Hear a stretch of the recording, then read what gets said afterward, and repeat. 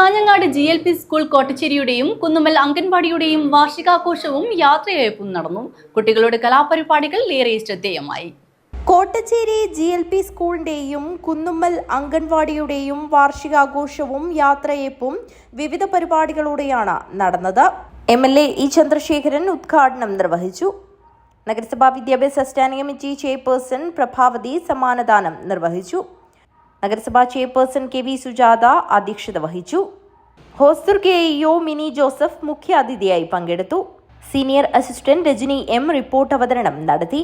M Shobhana, M Balakrishnan, M Balachandran, Peethambaran A, Rashmi Damodaran, Prajitha, Anitha, Krishna, Ambika V, Suma KT എന്നിവർ സംസാരിച്ചു. M Sethu സ്വാഗതവും സുമ KT നന്ദിയും പറഞ്ഞു. തുടർന്ന് നൃത്തസന്ധ്യ അരങ്ങേറി.